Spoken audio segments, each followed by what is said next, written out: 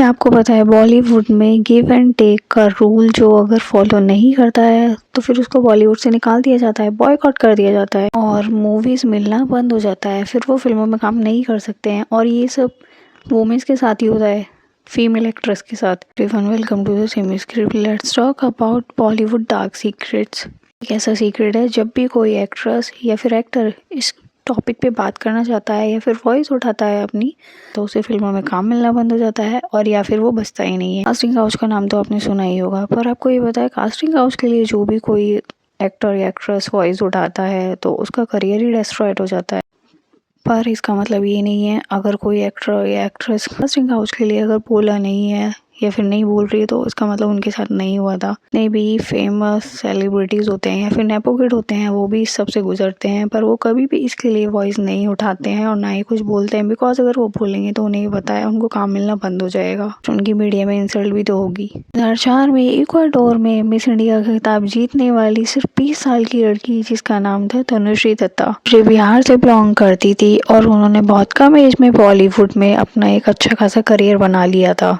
पर तनुश्री ने अपनी पहचान बनाई, आशिक बनाया आपने से, बिकॉज मिस इंडिया के बारे में तो बहुत कम लोगों को ही पता होता है, पर ऐसी फिल्म देखने के बाद तो सभी जान जाते हैं। मुझे पता था ये फिल्म उनकी बहुत ज़्यादा पॉपुलर होने वाली है, उनके करियर को पीक पे ले जाएगी और फिर उनके करियर को ले भी डूबेगी। 2004 से 2013 तक फिल्में की, पर आप सोच रहे होंगे सिर्फ इतने साल ही, अभी तो उनकी उम्र ही कितनी थी। तो उनके करियर की शुरुआत जल्दी ख़त्म हो गई सिर्फ एक फिल्म से। पहले मैं आपको बताने वाली हूँ तनुश्री ने कौन कौन सी फिल्में की थी। Aashiq Banaya Aapne, Veerbhadra, 36 China town, chocolate, the dark secrets, hole, good boy bad boy, oak apartment, हमने ले लिया शपथ उनकी आखिरी फिल्म थी। बात करते हैं उनकी वो फिल्म जो कभी आई नहीं या फिर उस फिल्म में उनको चेंज कर दिया गया, फिर उनकी जगह पे किसी और को ले लिया गया था। बात है 2008 की। हॉर्न ओके प्लीज मूवी की शूटिंग के दौरान जब एक आइटम सॉन्ग कर रही थी तनुश्री, तो उस फिल्म में नाना पाटेकर भी थे। और आपको पता ही आइटम सॉन्ग है तो क्या क्या दिखाने वाले हैं उसमें, और जो मेल कैरेक्टर होने वाला है वो क्या क्या करने वाला है, बिकॉज आइटम सॉन्ग बनाए ही इसलिए जाते हैं। उसमें छोटे कपड़े पहनाए जाएंगे लड़कियों को, जो एक्ट्रेस होगी, और जो मेल एक्टर होगा उससे कुछ ना कुछ उल्टा सीधा कराया जाएगा। आइटम सॉन्ग की वजह से ही पूरी मूवी चल जाती है, लोग सिर्फ आइटम सॉन्ग की वजह से ही देखने आते हैं, बिकॉज उन्हें लगता है आइटम सॉन्ग ऐसा है तो ज़रूर कुछ ना कुछ होगा फिल्म में, देखने लायक, इंटरेस्टिंग है, नहीं तो नहीं देखेंगे।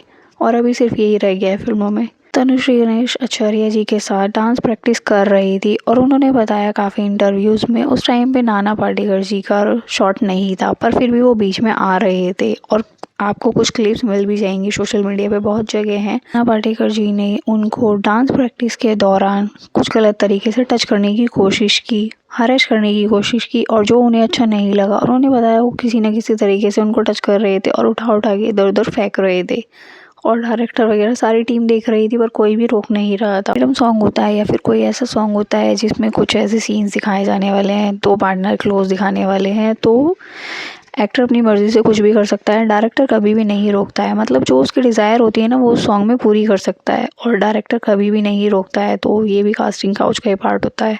जब ये सब होने के बाद तनुश्री ने इसके अगेंस्ट वॉइस उठाने की कोशिश की और उसने बोला डायरेक्टर को कि ये मुझे सही नहीं लग रहा है, आप इनको सॉन्ग में मत लो और वो ऐसे ऐसे टच कर रहे हैं। तो डायरेक्टर का कहना था ये आइटम सॉन्ग है, आइटम सॉन्ग में क्या होता है यही सब होता है। फिर तनुश्री को समझ में आ गया था नाना पाटेकर बहुत टाइम से काम कर रहे हैं इंडस्ट्री में और ये सब चलता ही आया होगा, इसीलिए उनको चेंज नहीं किया जाएगा, मैं नहीं हूँ तो मुझे हटाया जा सकता है इस फिल्म से। उन्होंने अपने घर पे बताया, उनके फादर ने कहा तुम ये मूवी नहीं करोगी और अगर करोगी तो नाना पाटेकर जी को चेंज किया जाएगा। जब उन्होंने ये बात डायरेक्टर को बोली तो डायरेक्टर का कहना था तो कुछ नहीं होने वाला है, और तब बातें फिल्म के शॉट पे वो शूट से निकलने वाले थे। डायरेक्टर और प्रोड्यूसर ने इस बात को ख़त्म करने की बजाय MNS पार्टी के लोगों को बुला लिया और मीडिया को भी बुला लिया और कुछ गुंडों को भी बुलाया। उन्होंने MNS पार्टी को जानबूझ के बुलाया था, जब तोड़फोड़ होगी तो मीडिया रिकॉर्ड करेगी और सोशल मीडिया पर डालेगी, जिससे कि तनुश्री की बेइज्जती होगी, इंसल्ट होगी, सब तनुश्री को ब्लेम करेंगे, बिकॉज नाना पाटेकर बहुत टाइम से इंडस्ट्री में थे तो उन्हें कोई ब्लेम करने वाला नहीं है। और ये मीडिया सोशल मीडिया पे जाने के बाद तनुश्री को बहुत ज़्यादा ब्लेम किया गया है, लोग तनुश्री को बहुत ज़्यादा गंदी गंदी अब्यूज़ कर रहे थे और बुरा बोल रहे थे,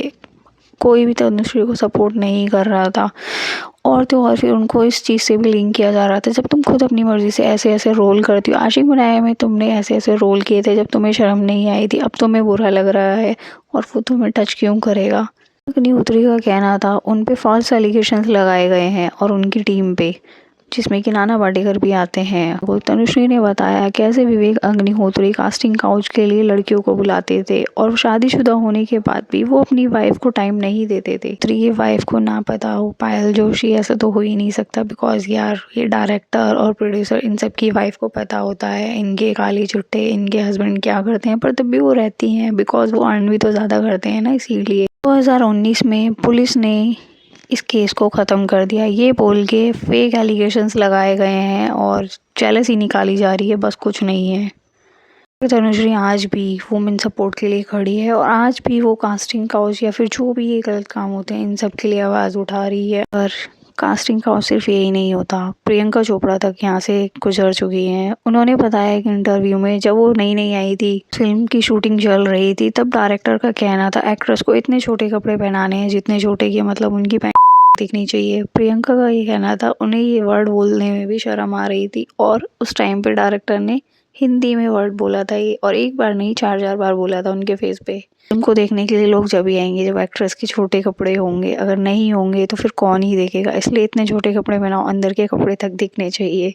ये सब बातें सुनने के बाद प्रियंका को इतनी शर्म आई थी, वो घर पे जाके बहुत ज़्यादा डिप्रेस हो गई थी। उन्होंने अपनी मदर को बताया मैं ये काम नहीं कर सकती हूँ बिकॉज यहाँ पे इस तरीके से बातें होती हैं जो बहुत ही ज़्यादा बुरी लगी मुझे। ये कास्टिंग काउच या फिर सेक्सुअल हैरेसमेंट अभी से नहीं चल रहा है, बॉलीवुड में 90s से चल रहा है। ममता कुलकर्णी जो एक फेमस इतनी पॉपुलर एक्ट्रेस थी, उन्होंने भी बताया था उनके साथ भी हो चुका था कास्टिंग काउच। ठीक वैसे ही ममता कुलकर्णी, काल्की, कंगना रनौत, चित्रांगदा सिंह, सुरवीन चावला, ये सब एक्ट्रेस मूवी से गायब हो जाती हैं। फिर आप सोचते हो इन्हें बॉलीवुड में से क्यों निकाला गया या फिर इन्होंने फिल्में करनी बंद कर दी। इसे कभी ख़त्म होने वाली नहीं है। इस वीडियो को लाइक कर देना, कमेंट करना मत भूलना। थैंक्स फॉर वॉचिंग, चैनल को सब्सक्राइब कर देना।